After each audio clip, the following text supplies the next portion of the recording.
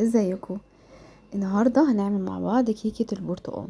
بس كيكه البرتقال القديمه بتاعت امهاتنا، فتعالوا نعملها النهارده وبكل الاسرار بقى والحركات وكل حاجه، وكمان هتطلع بيرفكت من غير اي غلطه. فتعالوا بينا نبدا مع بعض الفيديو. اول حاجه بصوا قد ايه هي طريه، انا بس عندي برد معلش.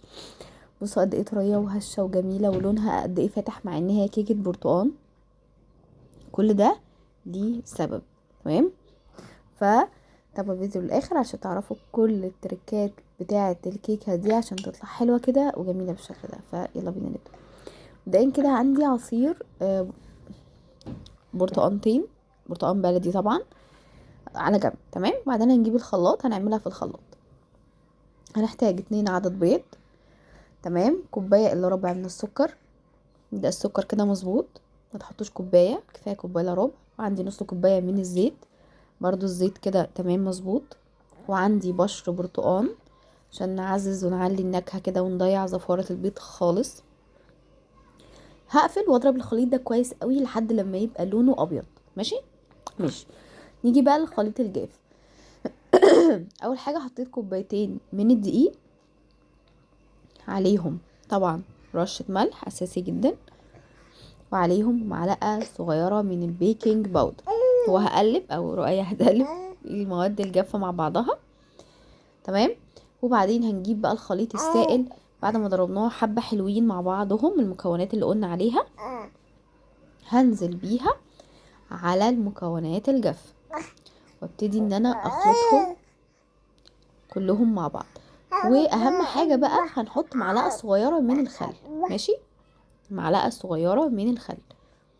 وهحط عصير البرتقال اللي قلتلكوا عليه، اللي هو عصير برتقالتين بلدي، تمام تمام.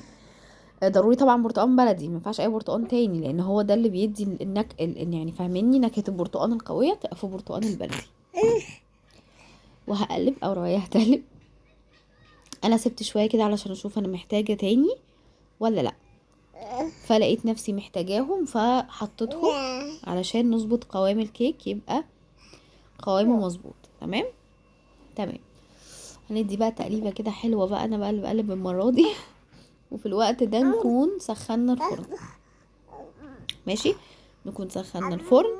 هنحط الكيكه في الرف اللي في النص، تمام، على درجه حراره هاديه. انا هنا حبيت ان الكيكه ما تبقاش عاليه قوي، علشان يعني انتوا عارفين العيال ما بتعرفش تقطم الكيك وهو عالي قوي، بيتضايقوا بيفتولوا فتافيت ونيله سودا.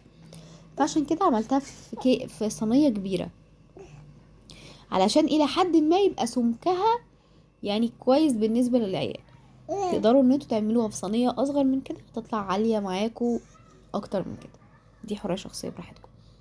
هدخلها الفرن واسيبها حوالي تلت ساعة تقريبا، وهتخرج بالشكل ده. انا شغلت عليها شوية شوية علشان يعني حسيت ان اللون فاتح فحبيت اغمقه شوية. بس في هنا بقى تريك، عايزين تعملوها براحتكم مش عايزين براحتكم. حطيت خرمتها كده باللي هي بتاعت العصاية دي او عصاية الشيش طاووق اي حاجة، وحطيت عليها عصير برتقال عشان تبقى يعني نكهة البرتقال قوية اكتر وتكون طرية وحلوة. وبس خلاص. يا رب الفيديو يكون عجبكم، واشوفكم على خير ان شاء الله الفيديو الجاي. باي باي.